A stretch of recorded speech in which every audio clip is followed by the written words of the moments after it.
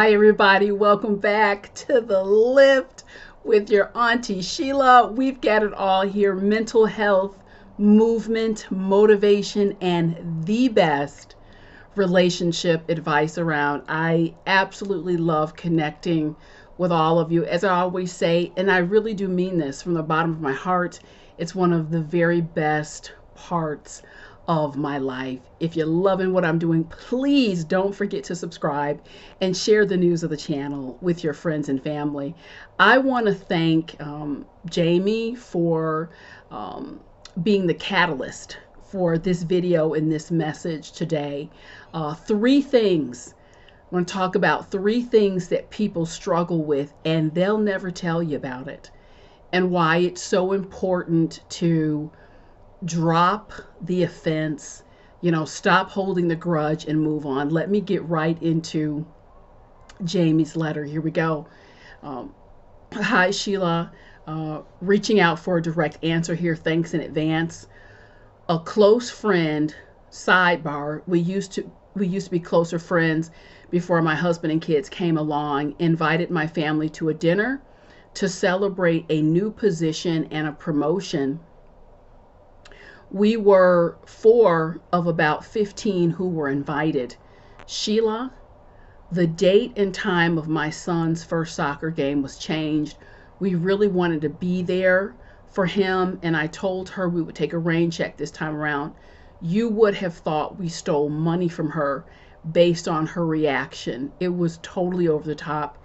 She expressed her disapproval and clear upset at being blown off, and said some other things that just turned me all the way off.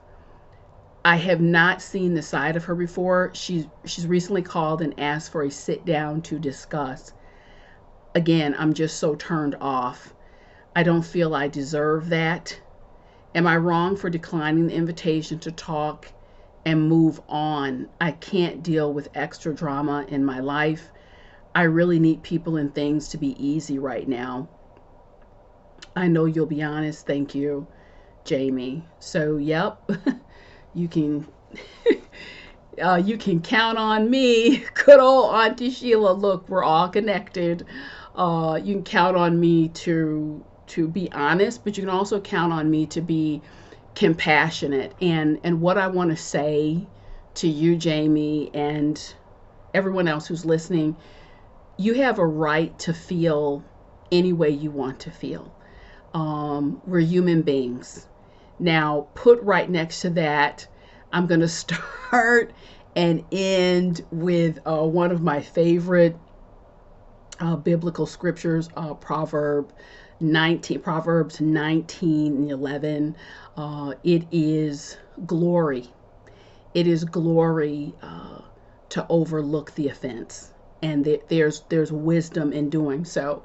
I'm starting and I'm ending from that perspective, because what can hold on when you just insist and grab hold of the grudge and these offenses, it really does change the quality of your life. I'm going to come back to that.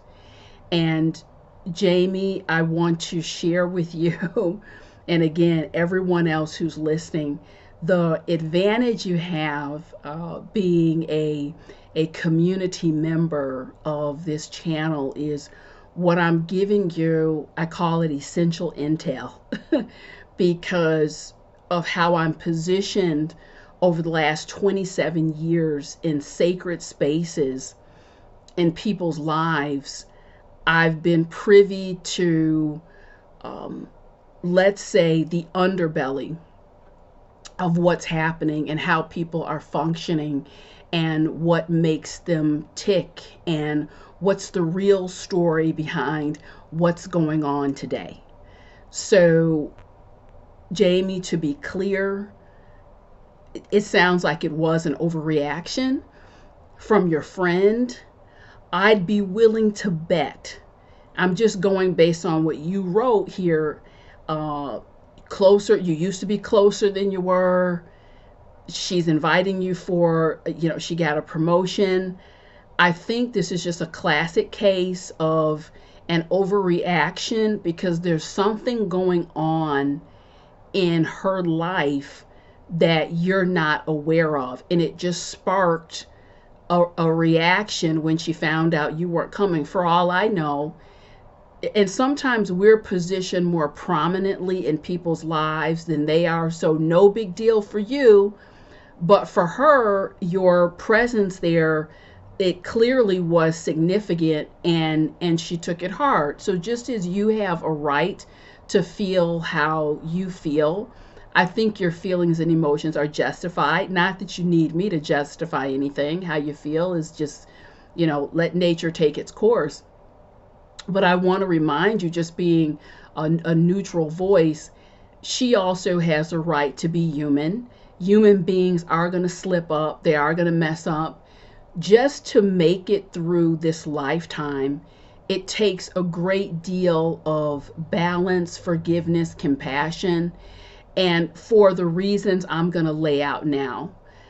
There are things most people are going to censor minor or major parts of their life, depending on where you're positioned. You can at any given time just count on the fact that behind the curtain, there's probably 70 to 80% of information you just don't have that's driving a person's behavior at any given point in time. Some of those factors are internal factors, and some of those are external. I mean, the temperature is a factor in how people behave. Things like mood, hormonal shifts are a factor. Past history is a factor. So at any given time, what's driving behavior and responses, you're only privy to a very small portion of that. If you keep that in mind, you're starting at a very good place. 3 things I want to outline that people are going through, and I've heard it and I've seen it, and I've sat with people and I've held people's hands, and some of this stuff I've gone through myself, and they may never tell you, but the effects of these factors will spill over inside of their interactions with you based on what is triggered. So first and foremost, people, many of them, are struggling with unresolved trauma. The problem with unresolved trauma, it's one thing if you know, yeah, I've been traumatized in this area, I need to really watch myself. It's another thing if you have unresolved trauma and from the past that you're not even aware of how this is playing itself out. So it's that unconscious spillover effect, which is not to excuse what anyone is doing. I'm not excusing it because we're all responsible, but I'm giving you an explanation for some of the things that you may see. And my hope in positioning the information in the video this way is that additional layers of awareness and compassion will bubble up. I want to share a story with you. I was partnering on a project with a gentleman, and there was actually 6 of us, but it became very clear. It doesn't matter what day it was, what decision we were trying to make. He just had to be this dominant force, loud voice, front and center, challenging every single thing. Now, doing this work as long as I have, clearly understanding this is, outside of kind of the realm of what you would be looking for when someone is, clear-headed, the balance is there. So I knew that there was something happening, something going on. I did not snap back at him. No one in the group snapped back at him. But what we did do was have a side discussion and, determine who in the group was going to have this conversation. Turned out to be me and one other person. And in sitting down, getting to know him better, highlighting some of the behaviors that we had seen, how we thought it could potentially be very problematic moving forward. We got to know a little bit more about his history, and clearly deep trauma, deep wounding, maltreatment, and how it was organized in his mind, or let's say disorganized in his mind. If I don't get front and center, if I'm not loud, if I'm not boisterous, if I'm not challenging, I'm going to be run over. There was just a history of abuse and neglect. So just a constant hyperdrive, overcompensation. And he was just playing that out. I mean, we didn't, give him a directive to go see a therapist, but it was more or less highlighting how we felt, how the impact of the behavior. And you can see that some of this was either eye-opening for him or very surprising. So one of the things that I want to say, to be very clear, people are walking around with various levels of trauma. Some of that trauma you can see, say someone was, in a car accident, or, they have burns. Those traumas you can see. But the vast majority of traumas that people suffer, you would never know, but the behavior is very telling. And sometimes a person would have a handle on it. They may slip up. They're very aware. They have more tools to deal with it. Other times, when it's this trauma that they are unconscious and they're not aware of it, this is when you see a lot of behaviors coming out. Again, your job is not to excuse it, but to understand when you see these erratic behaviors, extreme behaviors, however they may look to you. What I've seen in my work is 9 times out of 10, that's someone coping in the best way that they can. Someone's immature behavior, someone's passive aggressive behavior, someone's sharp behavior in the face of it may not even be real abandonment, but perceived abandonment. You are striking a chord. Some of that, deep history, deeply entrenched, generational cycles, trauma that happens early on. And this is why you'll hear me say over and over again, awareness is really key. Get to know yourself. Do self-assessment. It really helps in your walk through life. So, Jamie, again, I'm going to keep rolling here with the 3 things that people struggle with and never tell you. I'm convinced, and I really do ask you please to send me a follow-up note, that based on this discussion, which is a good sign, she's coming to you, wants to discuss, I believe you're going to get your answers here. And I'm very big on communication and not just trashing relationships, which, I've been on the receiving end of just making an attempt to communicate as best as I could in the moment, and just having some blow it up, trash the relationship, when a good old-fashioned conversation, meeting of the mind, some compassion, things could have been worked out. Now, that said, I think you do need to reset expectations. You may have someone who just does not fully understand how your life is set up now. You don't know how that's sitting with her. I think you have to redefine expectations, but it seems very harsh to just, walk away. I think the relationship has changed. Expectations have changed. We just don't check in. It's a very transient. One thing doesn't work out, you're offended, cut it. And again, I've been on both sides of this. I've handled things poorly. Premature, immature moves, blown things up, and I've been on the receiving end of that. Communication, if you'll give yourself that gift, is so healing, and it can really resolve. Like, is it a risk? Yeah, it's definitely a risk, but I have to say, I think there's a greater level of satisfaction in, I came to the table. You blew up, but I came to the table because I've grown into that level of maturity. So Jamie, I really advocate sitting down with your friends. Secondly, the second core piece that people struggle with, and they'll never tell you, has to do with loneliness and isolation. I've not seen in the last 27 years we're at a precipice. It's a space and time.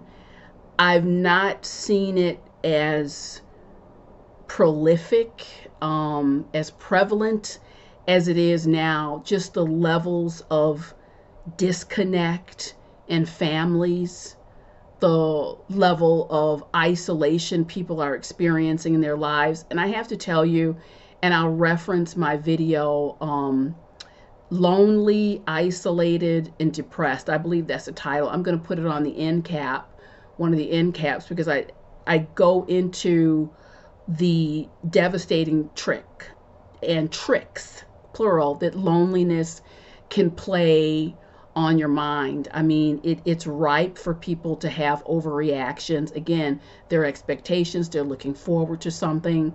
Loneliness can lend itself to desperation. Loneliness can lend itself to envies, jealousy, resentments. If you're sitting and looking at someone else's life, loneliness can lend itself to anxiety and depression. This is why if you find yourself lonely or isolated, you really do have to have a plan, because what can happen if you don't have a handle on it, there will be things that you do not intentionally that others, it really can be misconstrued and deemed, hey, this is very offensive, this person is rude, inappropriate.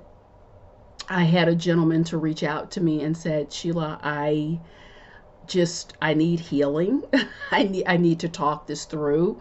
Had met a young lady, very excited to get to know her, and he openly shared, I overreached. I just overreached, and quite frankly, I scared the hell out of this young lady. And I know I did that, and I own it. I apologize to her. I just don't ever want that to happen again.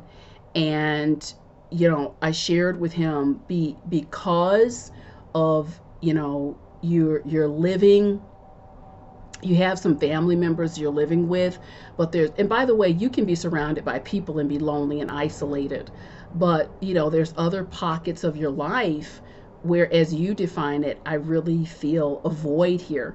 Because that exists, you have a greater level of responsibility to care for yourself, because you are transferring frustration and expectations onto others that they really can't meet that for you. They can't fill that void. It's not fair to put that on them.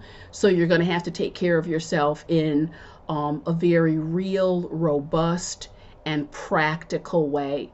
Again, I'm speaking to you as a person who has held many people's hands through these processes of navigating loneliness, isolation.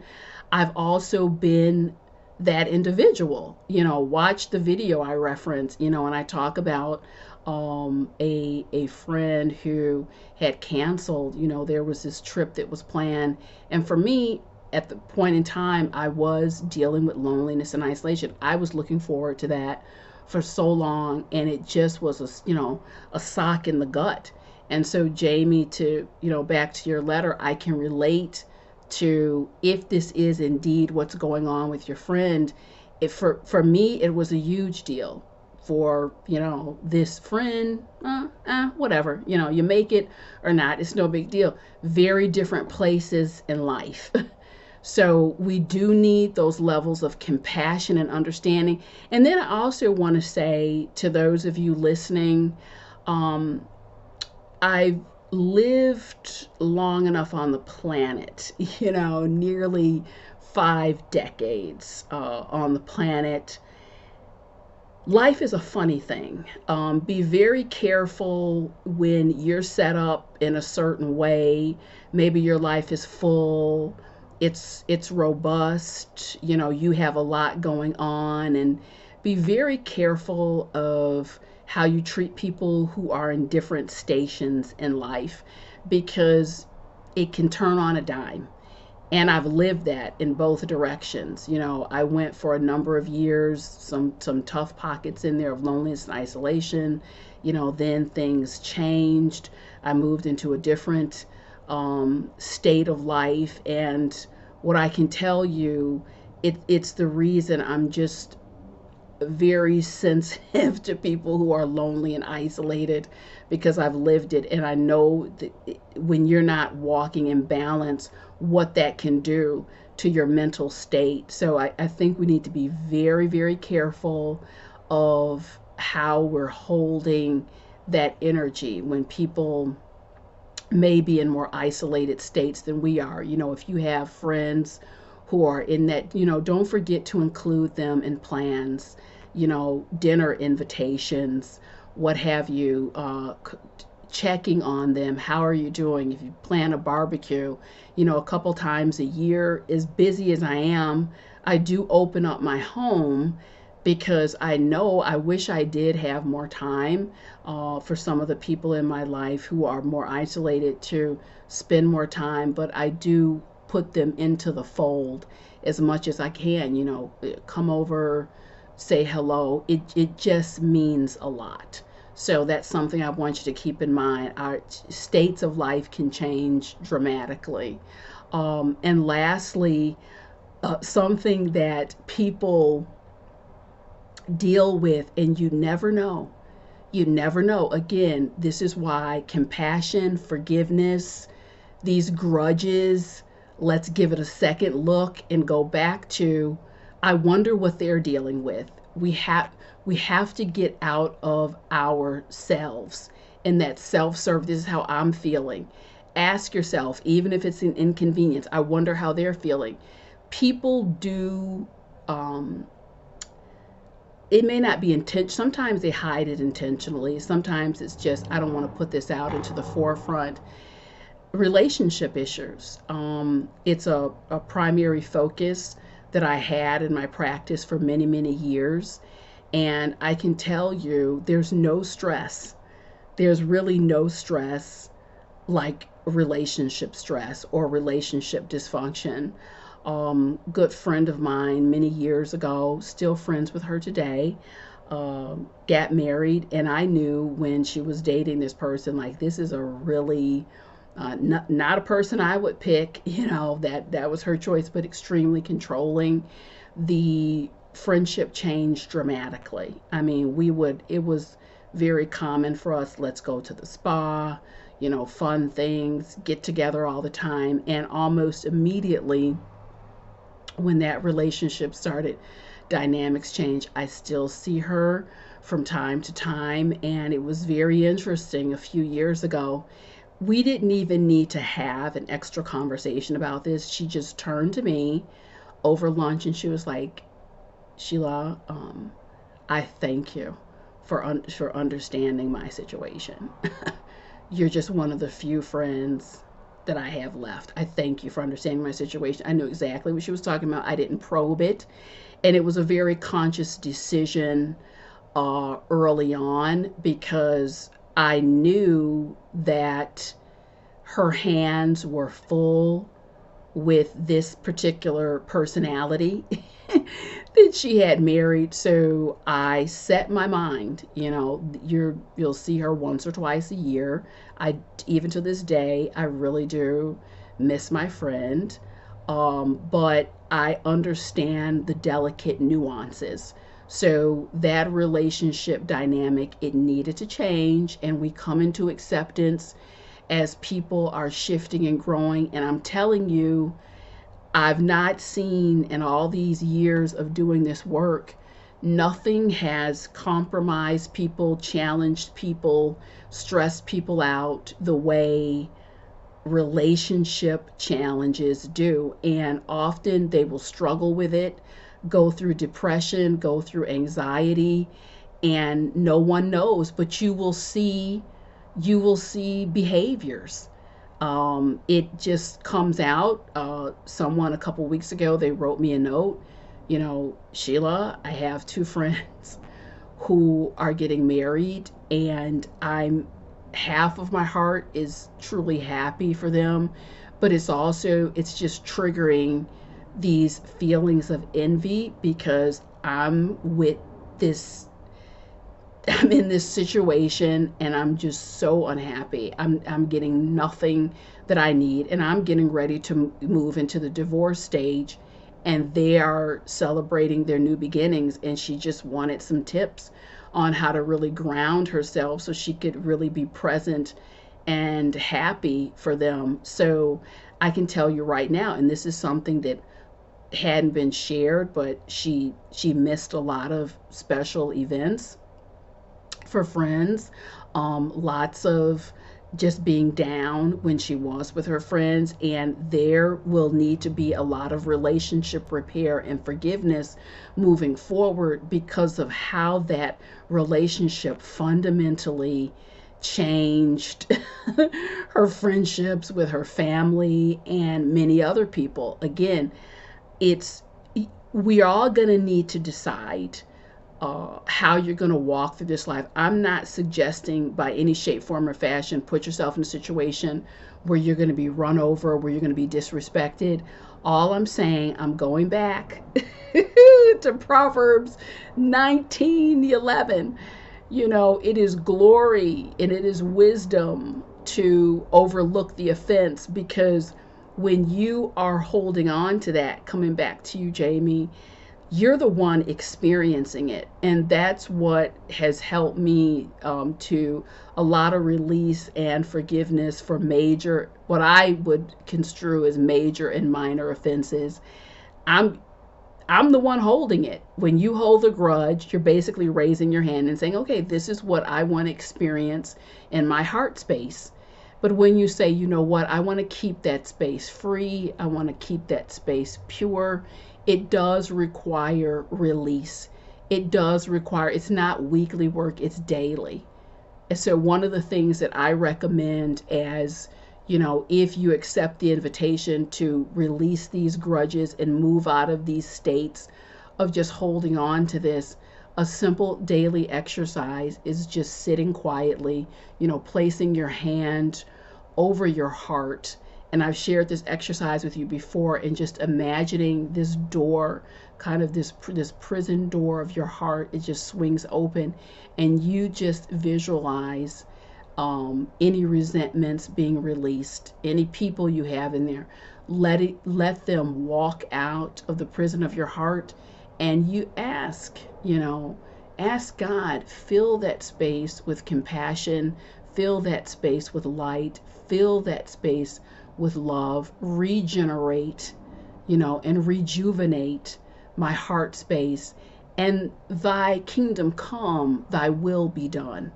You know, I think that when we refuse to take responsibility for our healing, when we refuse to move into higher realms, when we refuse to acknowledge, you know, this isn't working, I'm in a state of ignorance, I am in a state, a diminished state, you don't need to punish anyone with your grudge. That is a punishment in and of itself. Those lower states of existence, when we don't work to heal our trauma, you don't need to raise your hand and punish anyone with your grudge. That they are already punished by default.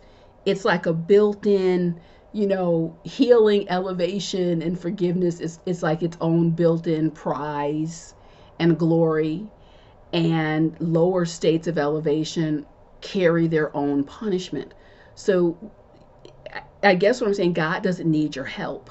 You know, we are here to forgive, to magnify the glory of God. Yes, things need to be processed, but because of where we're going in this world, you can see it all around you.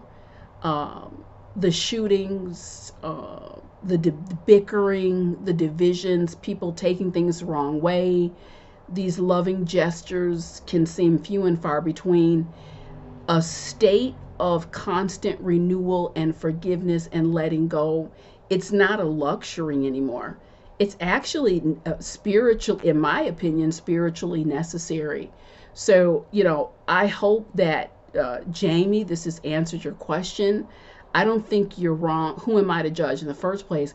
I'm just giving you an invitation to sit down with your friend and find out what the heck's going on. And I think you can reset it and reestablish some expectations and move forward with an ally in your corner. Be very careful about trashing relationships, everyone.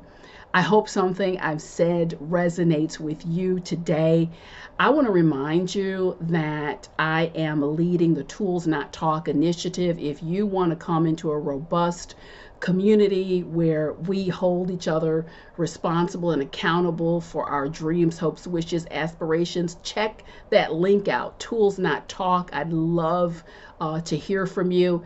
And if you're loving what I'm doing, do not forget to subscribe and share the news of the channel with your friends and family. I'll be back real soon with some more amazing content. See you soon.